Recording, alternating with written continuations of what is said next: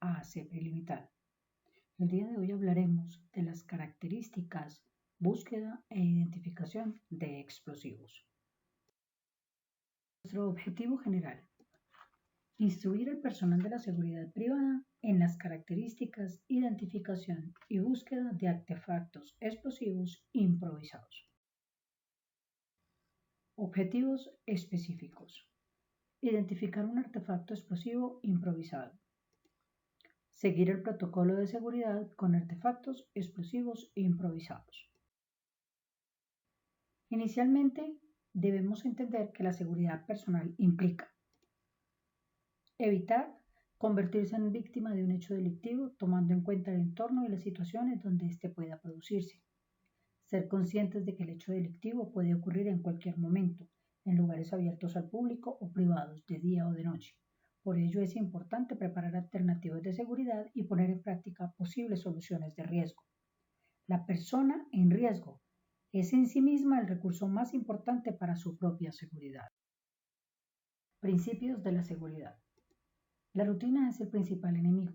Cuando la persona en riesgo es predecible, es decir, se comporta siempre de la misma manera, el agente agresor puede definir fácilmente en qué día, hora y lugar atacará. La seguridad absoluta no existe. Se puede minimizar el riesgo, no eliminarlo. La información es vital. La potencial víctima la necesita para prevenir el riesgo. El agente agresor la requiere para lograr una acción exitosa. La agresión puede surgir en el momento menos esperado y por lo tanto siempre hay que estar alerta. Quien maneja la información controla el riesgo. Si la persona que puede ser afectada impide que el agente agresor obtenga información, dificultará su accionar y disminuirá sus probabilidades. El sistema de seguridad es como una cadena. Un solo eslabón no garantiza la seguridad.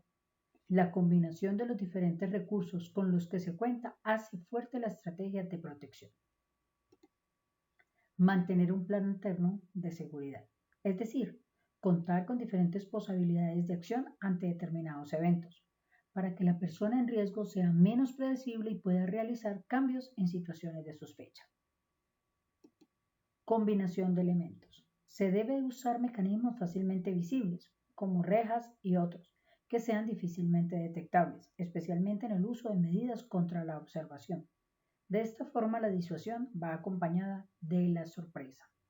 La persona en riesgo siempre debe ser creativa en la búsqueda de los recursos necesarios para garantizar su seguridad, porque el agente agresor cambia su forma de actuación. Por lo tanto, la persona en riesgo debe cambiar su estrategia de protección.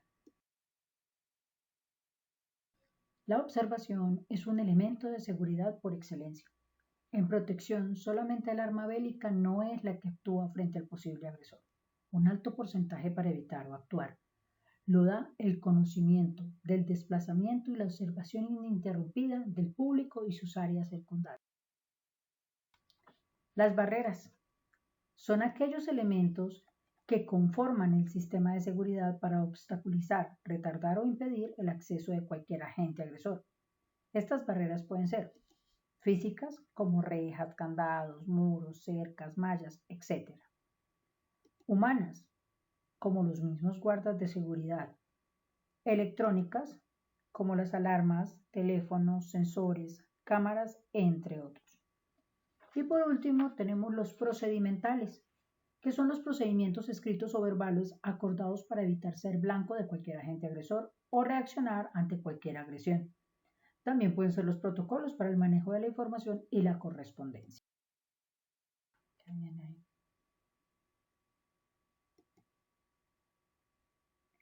Los principios de la prevención son riesgo.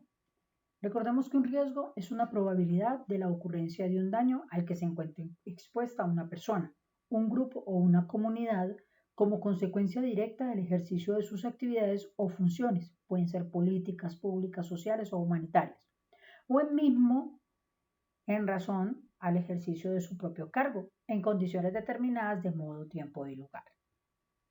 Amenazas.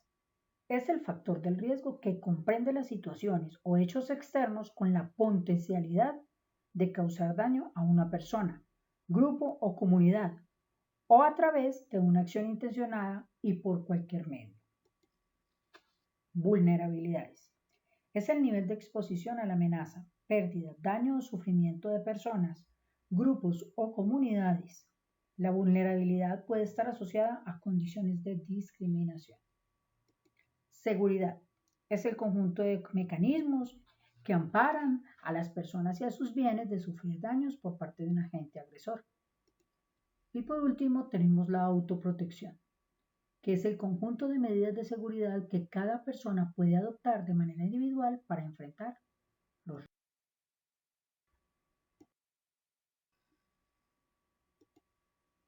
No identificar los riesgos, subestimarlos y no prevenirlos aumenta la posibilidad de que ocurra un hecho no deseado.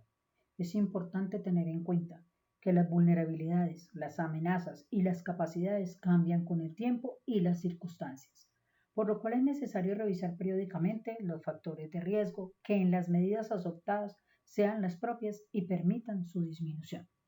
Como podemos ver en la gráfica, nos damos cuenta que la gran mayoría del porcentaje está en la prevención. Tú puedes detectar una acción, un riesgo, y puedes conocer tus vulnerabilidades. Mas la mejor manera de evitar que te ocurran es preveniéndolas. Y las medidas correctivas, pues, se toman cuando ya ha pasado la acción, cuando quizás ya se te haya generado un daño. Aquella persona que coloca una bomba o que ocasiona un incendio premeditadamente puede actuar motivado por muchos factores diferentes. Entre estos tenemos los promotores de una campaña terrorista específica, un motivo personal, la delincuencia común, la lucha política, una enfermedad mental y un sinnúmero de fuentes o perjuicios reales o imaginarios. A causa de este amplio elenco de motivaciones, la persona que coloca la bomba puede variar considerablemente en su nivel intelectual y en su perfil psicológico. Algunos autores atribuyen a los chinos y otros a los árabes en ser los primeros que descubrieron la pólvora. Lo cierto es que la mezcla tenía azufre, salitre y carbón, y ha sido hasta hace unos 100 años el único explosivo que el hombre ha empleado, tanto para fines propulsores como rompedores. Los avances aportados por la química orgánica permitieron en el siglo pasado el descubrimiento de la nitración de alcoholes y los derivados aromáticos del alquitrán de hulla. Los explosivos gelatinosos aparecieron en 1875, siendo Nobel el promotor al mezclar y disolver nitrocelulosa en nitroglicerina. En 1799, Howard, haciendo reaccionar mercurio, ácido nítrico y alcohol etílico, obtuvo involuntariamente el fulminante de mercurio. Detonadores. Hay dos clases de detonadores. Tenemos pirotécnicos y tenemos eléctricos. Los pirotécnicos son unas cápsulas de aluminio en cuyo interior se encuentra normalmente nitruro de plomo. Se inicia con mecha lenta y sirve para iniciar las cargas explosivas. Los detonadores eléctricos son unas cápsulas de aluminio en cuyo interior alberga generalmente una carga de fulminante de mercurio y de un extremo de una cápsula. Se desprenden dos cables eléctricos que se inician con una fuente de alimentación y sirve para iniciar las cargas explosivas. Mechas. Hay dos tipos de mechas cuyo fin es totalmente distinto. Hay mecha lenta y mecha rápida o mecha detonante. La mecha lenta es un cordón algo rígido y de cuyo interior se encuentra un alma de pólvora negra que sirve para transmitir fuego. Su envoltura es impermeable y una vez iniciada funciona incluso sumergida en un líquido. Su velocidad es de medio metro por minuto. La mecha rápida o mecha detonante es un cordón flexible, que en el interior hay un alma de explosivo normalmente petrita. Se emplea generalmente para simultanear cargas explosivas. Clasificación de las explosiones. Tenemos explosiones físicas y explosiones químicas.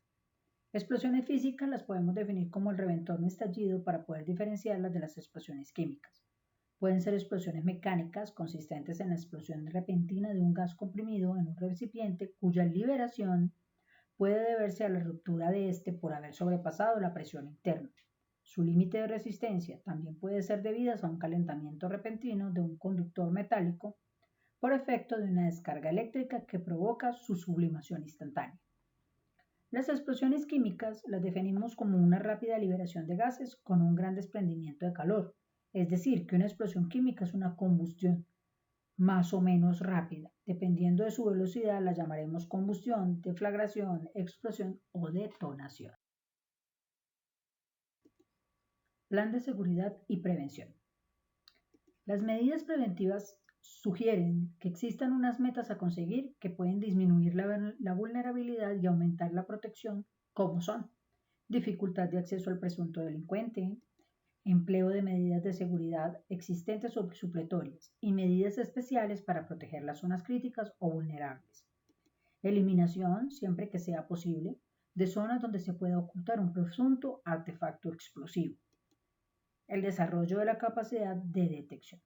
Una de las características que suelen ser comunes a todos los terroristas con explosivos es la necesidad de colocar el artefacto en un lugar elegido. Por esta razón, se tiende a dirigir las medidas protectoras al control de los accesos.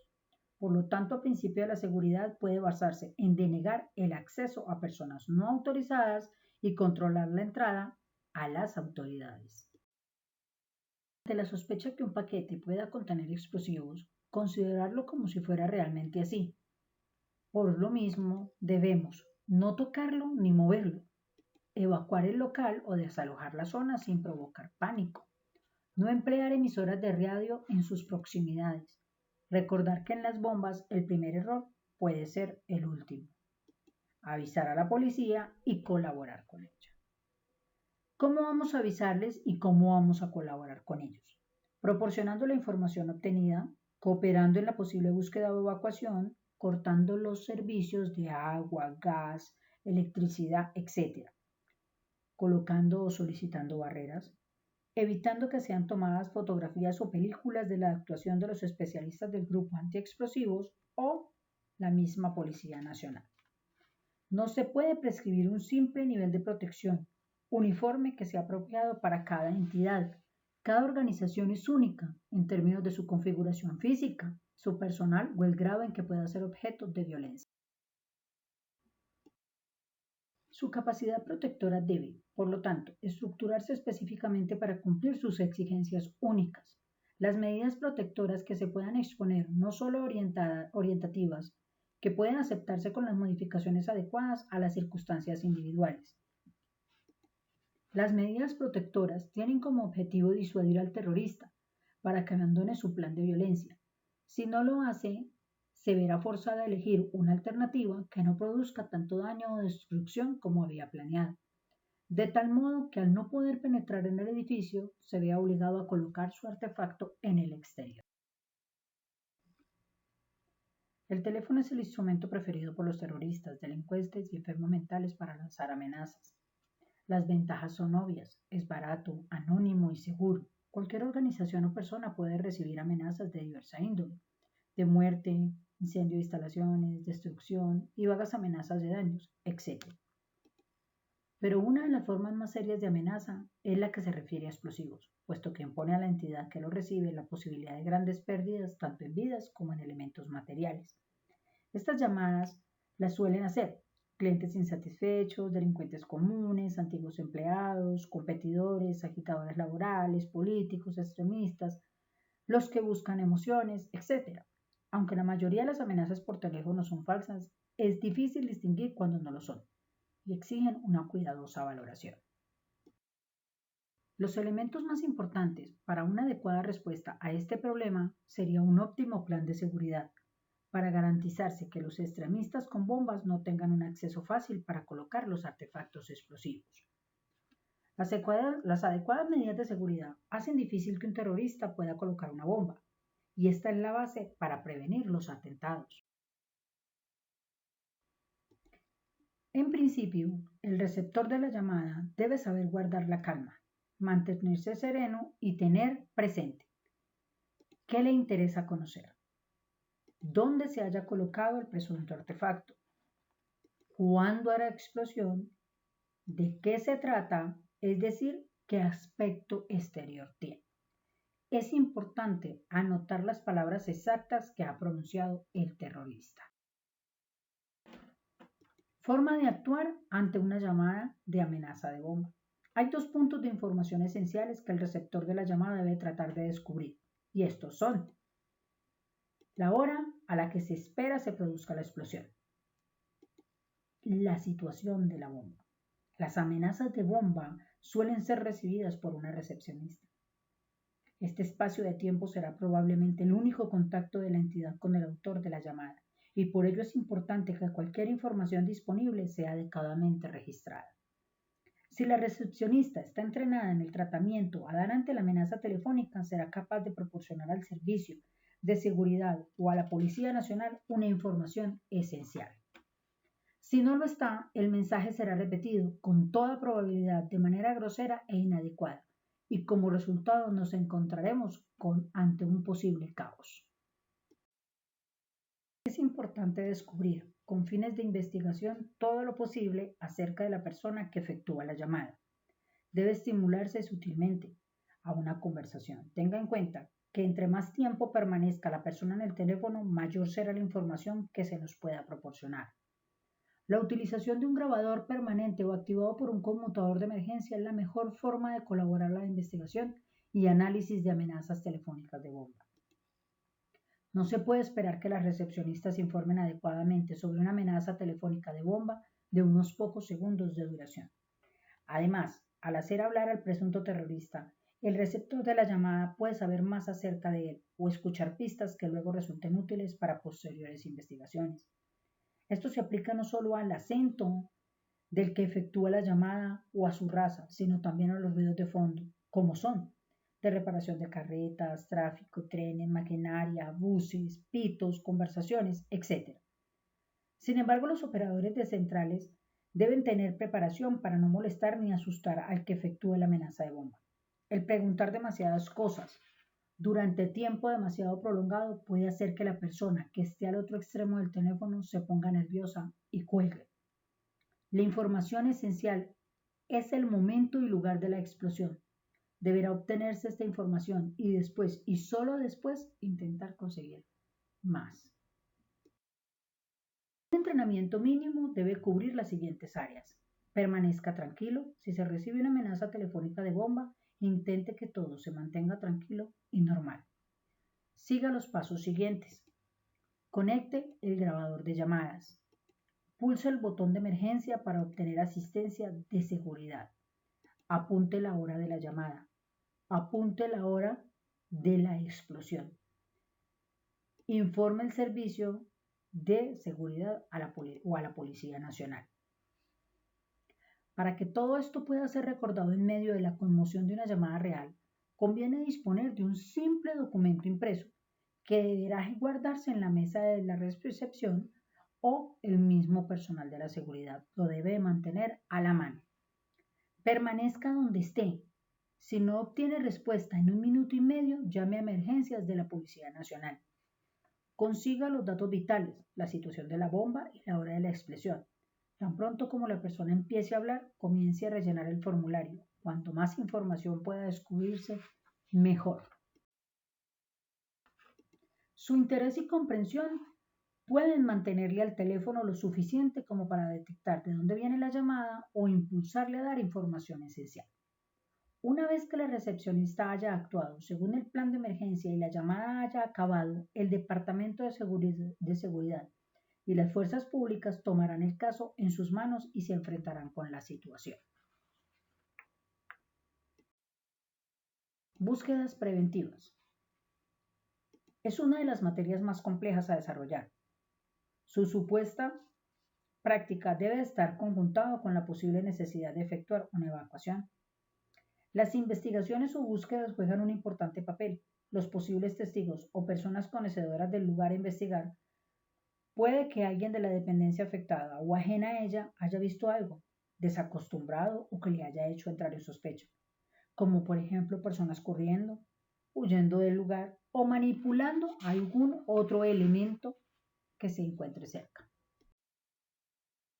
En ningún caso personal debe intentar tocar o mover un objeto sospechoso. La naturaleza y extensión de la búsqueda dependerá de la valoración efectuada y de los recursos disponibles. Sin ningún plan y con personal que no esté suficientemente informado, la persona responsable tendrá escasas opciones, como no sea evacuar y esperar un tiempo prudencial que puede ser muy variable.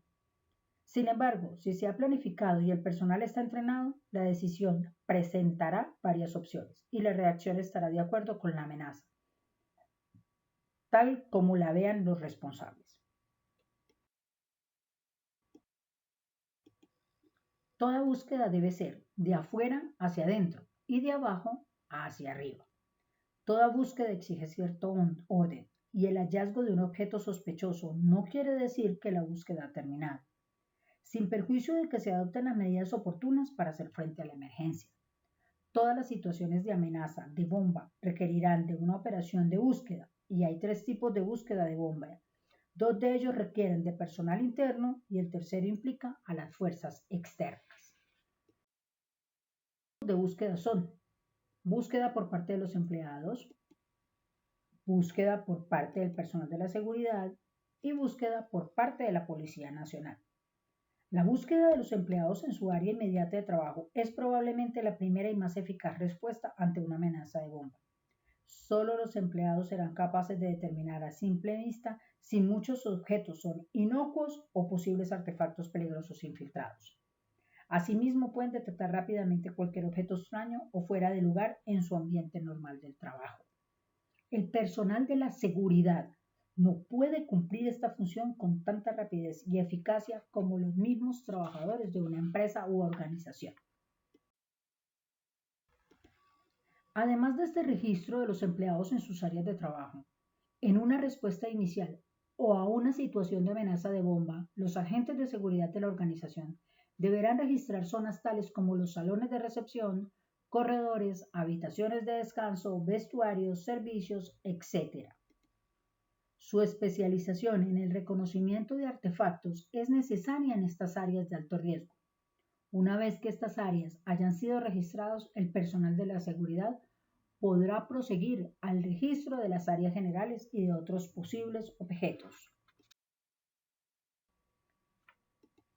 Para el reconocimiento de artefactos explosivos simulados hay que fijarse, por ejemplo, suelos recientemente removidos, serrín, polvo de ladrillos, virutas, cables eléctricos, cuerdas, hilos de pescar o nylon, cables rotos, fusibles, papel de estaño, cajones parcialmente abiertos, cemento o parches recientes, baldosas sueltas, mosquetones movidas, accesorios eléctricos sueltos, objetos fuera de su sitio, papel de envolver graso.